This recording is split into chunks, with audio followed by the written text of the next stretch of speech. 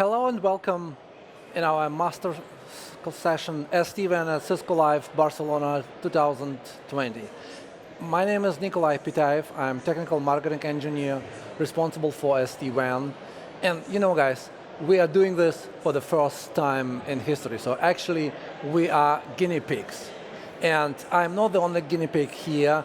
I have an honor to have with me Marty Ma and Hamza Kardami helping me to explain and present all new SD-WAN features, all new SD-WAN use cases we have for you at Cisco Live Barcelona. So Marty, back to you. Sure. So I guess I'm the guinea pig number 2, and the one in the middle, right? So my name is Marty Ma. I'm a technical marketing engineers manager. So I'm responsible for actually driving all the core feature for SD-WAN in Cisco. Hey everyone, my name is Hamza Kardami. I'm a technical marketing engineer with the Cisco Software Defined WAN business unit. I work closely with the managed service provider segment of customers. I've been with Cisco for almost 10 years and looking forward to doing this. Excellent. Thanks a lot. And as you guys see, yes, guinea pigs, 3 guinea pigs, but really technical oriented. So yes, we do have one manager, just to see what we are saying, but reality is we can go deep and we will go, in some cases, deep and explain what exactly do we mean on the technical level. It's technical conference, and let's get started. That's our agenda for today. So we will have just a brief SD-WAN at Cisco Live Barcelona overview for you. And then we will jump into what's new.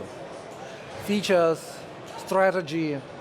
That will be really interesting to see what is happening around SD-WAN, what is new. One important topic always coming after new stuff is migration. How do I migrate from non-SD-WAN to SD-WAN, and how Cisco can help to migrate my network?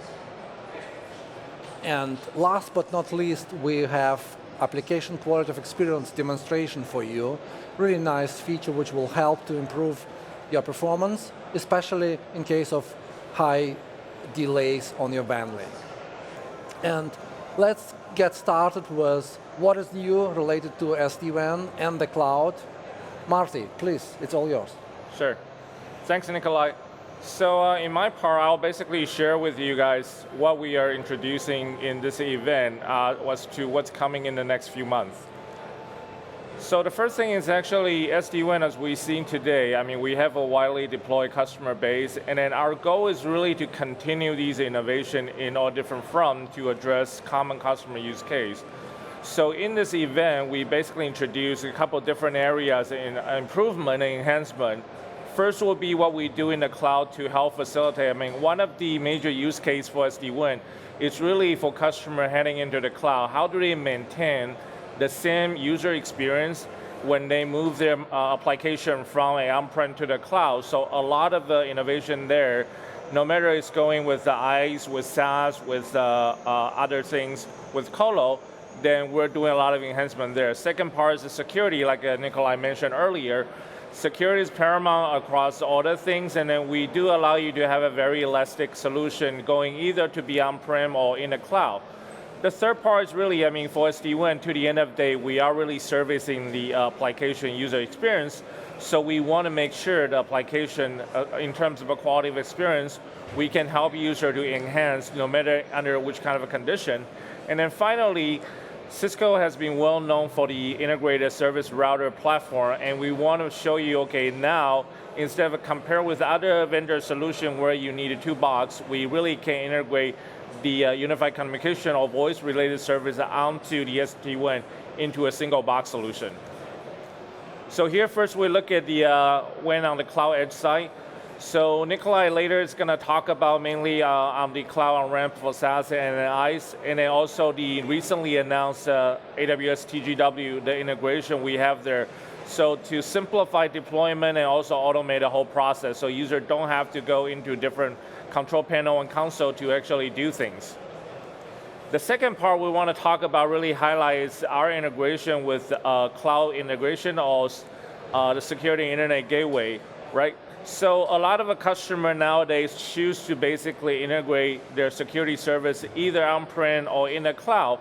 And with Cisco's SD-WAN solution, we basically can tightly integrate these configuration steps to simplify it, so user can basically go through single pane of glass to configure both their SD-WAN with security on top of it. So no matter user is looking for things like traditional application-based firewall, going further into things like IPS, IDS, URL filtering, even for things like advanced malware prevention, we can all go through a single pane of glass to actually configure that.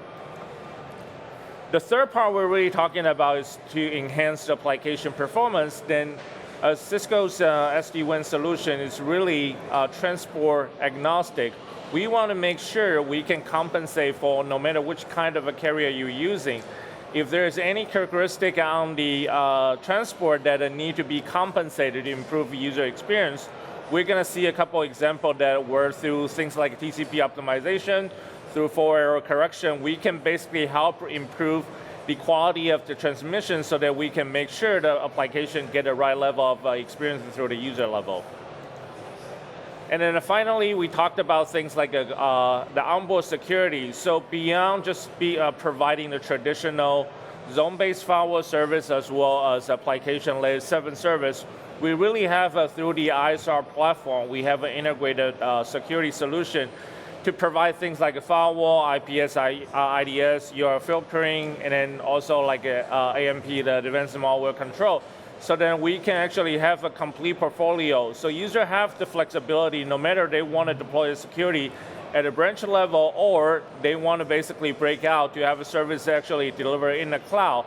All these solutions can actually be quickly delivered and then deployed actually through our single pane of glass VMware portal. So Marty, I have a question on that. Sure. So basically what we saw is cloud-based firewall and web-based security, cloud-based security on one hand. Sure. Your slide was umbrella. And on the other hand, you have a choice as a customer to run on-prem security. Correct. So one question we're all getting is, hey, what will be the Cisco guidance? Do we have any advice? What will be the use case where you will go for cloud-based? And in which cases you will run on-prem? So what are your thoughts on that? Okay, so typically for security, the fundamental concept is really you want to enforce security at where the closest to where the resource you want to protect. But in many cases, I mean, when customers have different branch site, oftentimes they wouldn't be able to deploy these things at every site. So we do offer both with the same set of a feature set, so we give the flexibility back to user. No matter which way they want to deploy it, we can fully satisfy their need in either case. Makes sense. Yep. So finally, we're going to talk about one of the things we're going to bring to the table. When we initially have SD-WAN integrated on the ISR product family, we kind of skip through the traditional, the voice feature we are able to provide. And in the upcoming release, we're going to bring these features back. So the ISR router, well known for its integrated service, where customer can deploy different type of integration like voice and other things integrated into one platform. We'll bring that back to the table. So customer no longer want an SD-WAN service, no longer need to go through multiple different devices to configure things. We are putting things like FXS, FXO, SRST, all the SIP trunk related stuff all back to the iOS XE. So through a single platform, when users are deploying the SD-WAN solution at the same time, they can also get their voice service configured, and then the corresponding require like the quality of service, app experience, all the characteristics can be automatically provisioned at the same time. So with that, I mean, we can see a lot of these innovations actually all related to how things get delivered across the internet, across the cloud. So I'm going to pass the ball back to Nikolai to talk about what we're doing, especially with things like AWS and Azure in this front. Thanks, Marty. And it's really great question because what we see a lot is the question, hey guys, my workload, my applications, they go to the cloud. How can I connect my infrastructure on public cloud like Amazon Web Services or Microsoft Azure to SD-WAN? First question is, what is the benefit? Why do I need to connect my infrastructure to SD-WAN? What's the point? And the answer is very simple, because you will be able to use one centralized policy for security, for provisioning, for quality of experience across your whole network, including cloud. So cloud will be a part of your network as just a branch. And you will have end-to-end view from your application through your different transports all the way up to the cloud. That's the answer. So now basically the question is how? I got it. It makes totally sense to integrate multiple public clouds with SD-WAN. How? One option, you see it on the left side here in the slide, is do-it-yourself model. So you will run VH Cloud, CSR 1000V virtual router with SD-WAN functionality in each VPC, in each VNet you have, and interconnect this with SD-WAN. Well, fine. It's okay for small use cases where you have 1, 2 VNets, but what if you have multiple? Can it be automated? And then says, yes. We have cloud on-ramp for infrastructure as a service, which will create transit VPC, transit gateway, and do the full automation for you. So you will be entering just your public cloud credentials, provide some information like naming, yes, you need 2 licenses for 2 routers, and then you will click deploy, grab some coffee, come back in 10 minutes, and you will have your public cloud infrastructure integrated with SD-WAN. And if you will send more traffic, if you will create additional VPCs, it will auto-scale for you. So vManage will deploy additional router and make sure that this will be not a bottleneck. And this is what we have for a while. Basically, that's a solution we have here in the middle, fully automated with cloud on-ramp for IaaS, which has some pros and cons, but we have it ready to be used now. What I would like to show you now is what is coming next. And this is this last line saying integrated solution SD-WAN and TGW, Transit Gateway, or vWAN. That solution will scale and will allow you to use VPC attachments up to 50 gigabits. So we are not talking about VGW limit anymore of 1.25 gigabit. Yes, VPN attachment to TGW is still 1.25, but you can have an architecture with VPC attachments which will scale up to 50 gigabit. Totally different number. And let me explain how it works. Here in this example, you have one SD-WAN router connected to AWS with engineering and marketing being in different VPCs. Fair enough, nothing special. But now we have Azure, and we have HR having infrastructure on Azure. The same SD-WAN router will interconnect multiple clouds. So what we have is we have IPsec tunnels from colocation SD-WAN router to Azure, vWAN, and to AWS, TGW. We run BGP on top of this standard IKE-based IPsec tunnel, and we exchange routes between BGP from public cloud to OMP. OMP is Overlay Management Protocol we use on SD-WAN side. So what we will do is we will do standard redistribution from BGP to OMP and vice versa. And yes, you can do route filtering. Yes, you can use route maps. All what you know from standard route protocol redistribution is available here. And that will interconnect multiple clouds on the same router with SD-WAN, fully automated. That's basically the video we have as a demonstration. What you see here is I'm going in my vManage to cloud on-ramp for IaaS, and I will add a new TGW connection. I need to enter my credentials, and then I need to set up the region, and vManage will auto-discover my TGW. There's no need to enter something else. You simply select this, hit run, and vManage will do some API calls and it will connect your branches with TGW. What you see here on AWS side, if you look at topology and geographic distribution, you see 3 branches, virtual, connected to TGW. That's my virtual infrastructure on AWS side, going to SD-WAN on the left side. That's, in a nutshell, what we are doing next. And this is what you just saw, is engineering software. We don't have it yet. It will come this year. And please forgive me if you will see in the final release 1 or 2 additional buttons, can be different, but you got the whole idea. What we do is fully automated connection from the branch side to TGW. That's the main point. And now if we go back to slides, we will talk about migration. So Hamza is our best TME dealing with many top-level customers migrating from non-SD-WAN to SD-WAN. So Hamza, let's talk about migration. Cool. Thanks, Nikolai. Thanks for the introduction. All right, so when we talk about migrating to SD-WAN, right, one of the basic steps that we look at is to templatize configuration. So what that means is I look at or examine my existing routers and all of the configuration I have therein, and then I say, okay, how many pieces of this configuration can I put into templates? And looking at the way our vManage software is today, I have 2 options to do this.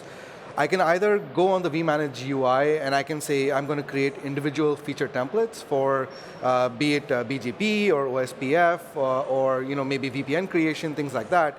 And then I can say these are my building blocks for my device templates. So then I take different sets of feature templates, meld them together into a single device template, and I say this device template is now going to be applicable across maybe several hundred devices in my overlay. So that is one way of doing it. The other way of doing this is to use CLI templates. So what that means is perhaps I'm a CLI junkie, or maybe I'm a service provider or a partner. I use or examine existing CLI and toss that into templates and reuse that on the fly, variabilize parts of that particular template, and apply to several hundred devices at once. So there were a couple of things or a couple of changes we wanted to make with that implementation. So what you're seeing over here is what we have today in terms of implementation. So on the left is the implementation details for CLI templates.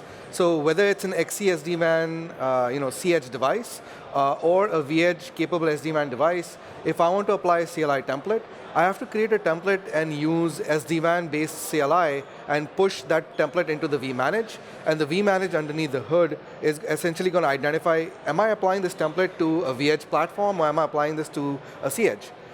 If it's a C-Edge, what the vManage does is it takes that CLI and translates it into iOS XE-based Yang CLI and then pushes it into the C-Edge.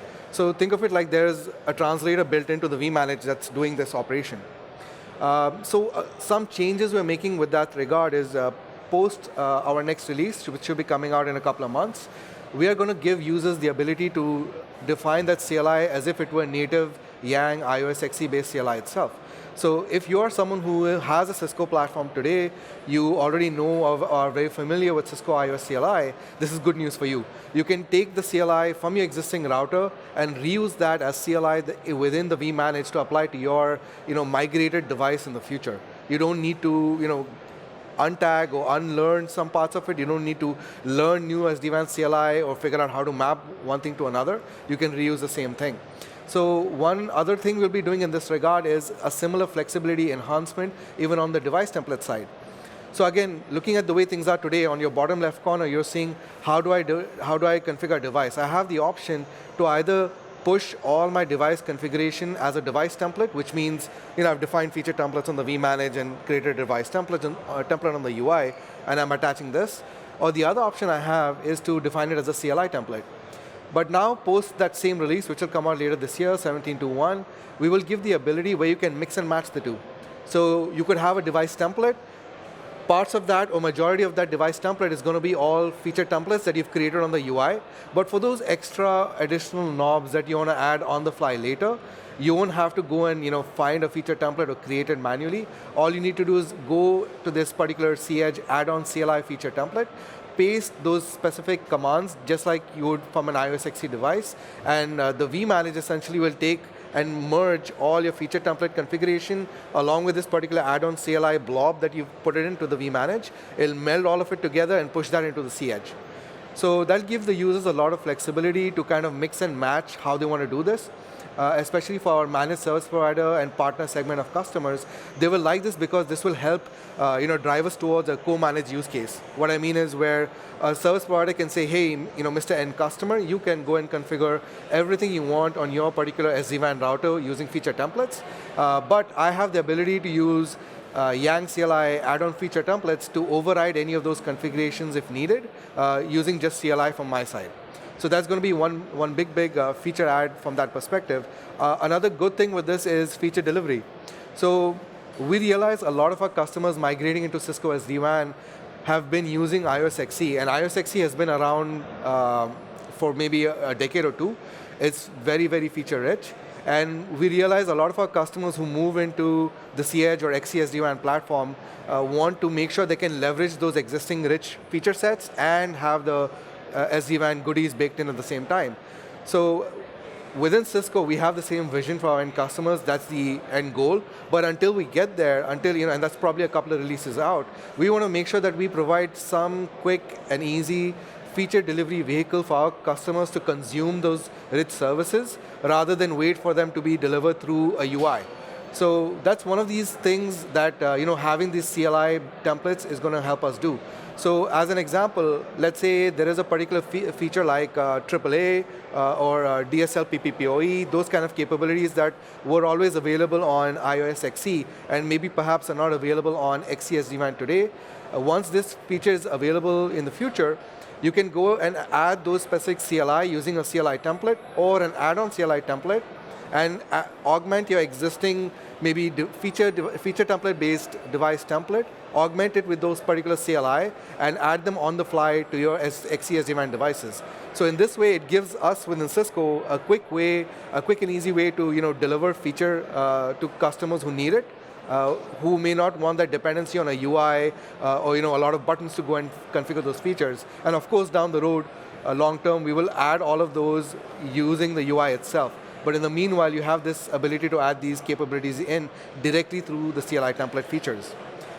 Maybe a quick explanation of one of those. As an example with OSPF today, if you want to apply or if you want to have the feature of a conditional default route advertisement on XE SD-WAN, if I use my feature template on the vManage, I can't exactly do this particular configuration. I cannot originate a default route with a particular route map as a trigger. But once this feature is available with the Yang add-on CLI feature template, I can just click that add-on template, paste that particular CLI line or that command line into that blob and add it to the rest of my device template configuration, and my edge device will now support that particular feature.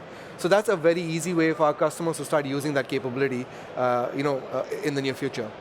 So, Hamza, I have a question on that. Yep. So it looks like just one silly feature, and we're doing a lot of features release per release, but it's critical, and if I understood it right, especially here in Europe, DSL is a big deal. Yep. So we have customers asking about DSL connectivity, and right now DSL is not supported in vManage. So basically, with this silly feature, we can use DSL configuration from iOS XE, put it in this add-on CLI template, and push it down. That's the idea. Yeah, you almost got it right. So on the vManage, we do support PPPoE today, but think of it like iOS XE, for example, supported PPPoE. Think of it maybe like there are 24 commands out there. Today's version of XE SD-WAN supports maybe 10 out of those 24 commands. But as a customer in Europe, you need one of those CLI critically to make your deployment successful. So using this feature, you can go ahead and add those CLI as we expose them in the code. So we'll of course document and release note all of these commands that we'll support. And you can just use those templates, add on those extra knobs that you couldn't do earlier through the vManage. So in that way, you can really consume features much quickly as opposed to earlier. Right, so that can be actually a deal breaker, because if you as a customer waiting for this particular DSL feature because you cannot start, you will not connect You will not be able to go online. So in this case, this feature will enable migration, enable your project. Yes, you got that right, exactly. So moving on, on to other things. Again, looking at migration strategy for most customers, they're going to be evaluating new platforms. So on the ISR front, we have a bunch of new platforms coming out, especially on the ISR 4000 series. We have the ISR 4461, which is started as the highest performing ISR to date. Right? So that exciting things to look forward to over there. And then you guys will also probably see that under the Pure Play section, we have a couple of new platforms, the ISR 1100s. So these ISR 1100s are what we consider the platform evolution for Viptela's VH platforms. So if you were examining Viptela SD-WAN or Cisco SD-WAN today, and you were examining the VH platforms in particular, the VH100s and the VH1000s, what we're doing within Cisco is we're giving the same Viptela operating system with SD-WAN, so all of the pure play SD-WAN capabilities like application-based steering, SLA matching, all of those goodies will be available on Cisco's ISR 1100 series platforms. Those are the part numbers, the 1100 4G, the 6G, and 4G LTE. So those particular platforms, they're probably this big, really good for small to medium branches. They will support from day zero all of the pure play SD-WAN capabilities. And in the future, we'll also probably provide a knob where you can toggle these platforms and move them into XC-SD-WAN as well. So you have the ability to start a deployment today using the best-of-breed hardware from Cisco and the best-of-breed SD-WAN software from Cisco as well. And then over time, if you need to, you can migrate that platform into XC-SD-WAN down the road. And just one joke about the naming, like you see 4G and 6G. Guys, it's not about next Wi-Fi generation. It means just 6 1 gig E ports or 4 1 gig E ports. So I'm not doing 6G on that box yet, probably later on, but 6 means the number of ports. That's right, yeah. We'll probably start with 5G and someday hit 6G as well. So with that said, I'm going to hand this back over to you, Nikolai, and thanks. Thanks, Hamza. And let's talk really brief about application quality of experience, and it's a huge topic. I can spend hours and hours talking about app QoE because you guys need this. Your customers, your users, they will scream if they will see bad performance on Office 365, on any cloud-based applications. And in Europe and also in the United States, the packet loss is not really a big deal. What is hurting us is actually latency. If you go from US West to US East, or here from, let's say, Asia to Europe, you might run into latency which is 400 milliseconds or more. And the question is, how can my SD-WAN solution help me to increase the performance, increase quality of experience on this high latency link? And let me give you an example here with a demonstration. What you see here on the left side is a client going to a server, and we have around about 20 kilobit. So it's not much, because I have 400 milliseconds on the way. I'm using WAN emulator with 400 milliseconds installed. There's no TCP optimization policy yet. You see here just a preview. I'm matching on IP address, lazy TME, just creating a demo, but you can match on anything you want. And now, what I will do is I will push the policy. So I will activate the policy. You see here 2 vSmarts for redundancy, and I'm pushing my policy to both vSmarts. Once it's done, I need to reestablish my TCP stream because TCP will go down. And now I need to restart the session and check the bandwidth, what I will get, and I get 160. So before TCP, 20 kilobit, with TCP optimization enabled on the same link, still 400 milliseconds delay, 160. And for CCIE, among us, you can run some CLI checks just to verify and see low-level details, stream information, bytes and bits. CLI is still possible. We are not taking it away from you, but you don't need it for this functionality. You can just push the policy and you are done. So now let's go back to slides and talk about next innovation we have around software as a service. So what you see here is Office 365 as a use case. So it's a software as a service application. And you might have multiple ways, multiple exit points from your network to the internet. That can be directly using direct internet access from the branch. That can be going to MPLS or MPLS to your colocation router, and then exit from colocation facility to the internet. The main question is, what is the best way? How can I make sure that my application will be running on the best path? Well, the simple answer is just use Cloud on-ramp for SaaS. We will run probing, HTTP ping from all exit points automatically to your cloud-based application, Office 365 as an example. And we will calculate Viptela quality of experience score, which is just a number from 0 to 10, and we will do routing based on this score. So you don't need to care, you don't need to write complicated policies and do probably time-based policy activation. We do it for you. That was available also last year, so your question will be, well, Nikolai, what is new? What we are adding is, for Office 365, an ability to use telemetry data from Microsoft.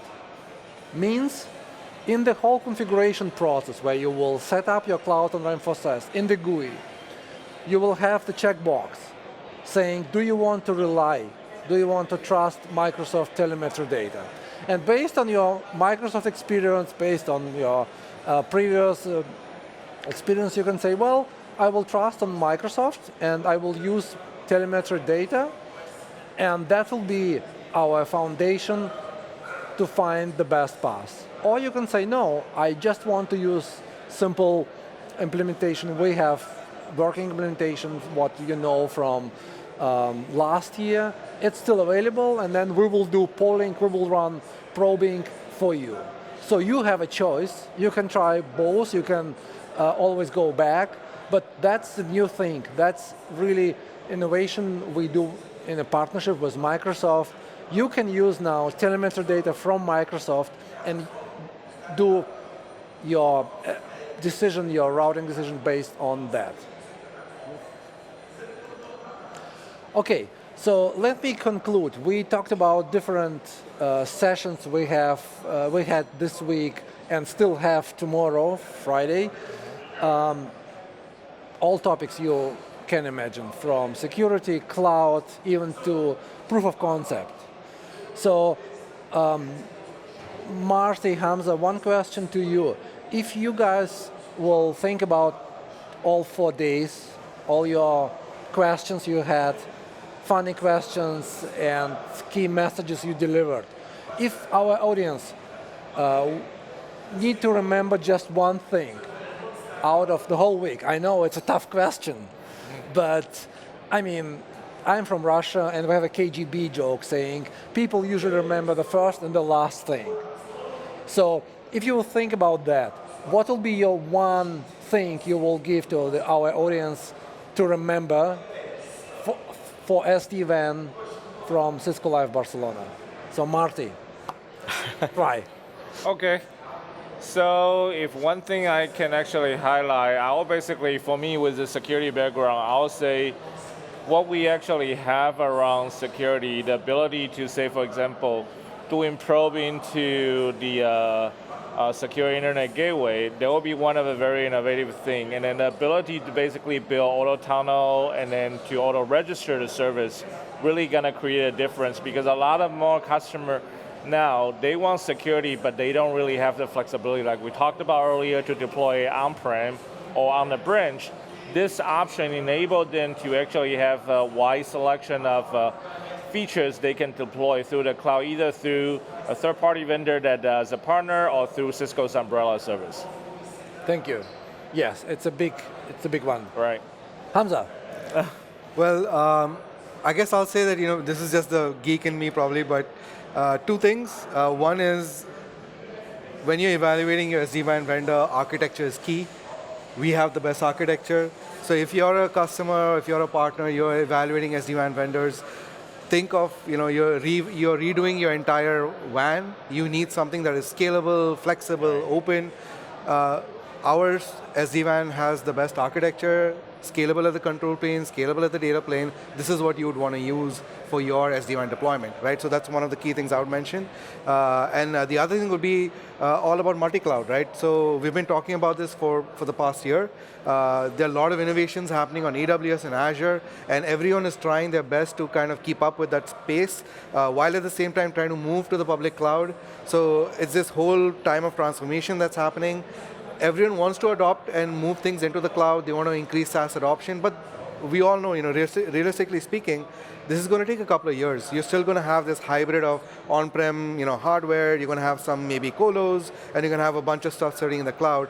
You will need something that can stitch all of those things together. You need it to be scalable. You need it to be secure. And Cisco SD-WAN is going to provide you everything that you need to enable that architecture.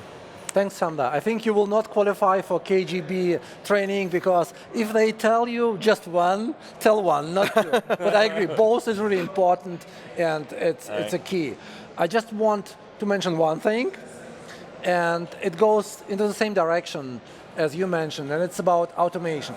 Because if you're talking about multi-cloud, you don't really want to go to Azure and code and use GUI from this cloud provider. You don't want to go to AWS and multiple touch point, basically. Multiple touch points, different languages. Yeah, right. It's all different. So the point is, what will be your job? Human mistakes, going back and forth, it's tough. If you have this know-how, yes, you can do it, and the buzzword is infrastructure as a code. So you will code this, you will use different programming languages to automate this. But if you're just a standard mid-sized enterprise company, you probably most likely will not really want have geeks doing Boto 3, AWS SDK with all this fancy automation.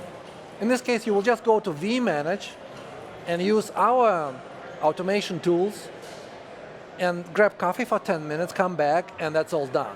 So automation is the key, and that's why I would like to highlight automation. That's the real strong what we see this week during Cisco Live. Sure. I think that's all. Thanks. That's all about SD-WAN. In 40 minutes, I know we skipped a lot, but thanks a lot. I'm really happy to have such great experts with me today and be able to transform key messages, keys around SD-WAN to you. Thanks a lot. All right. Thanks everyone. Thanks, everyone. Yep.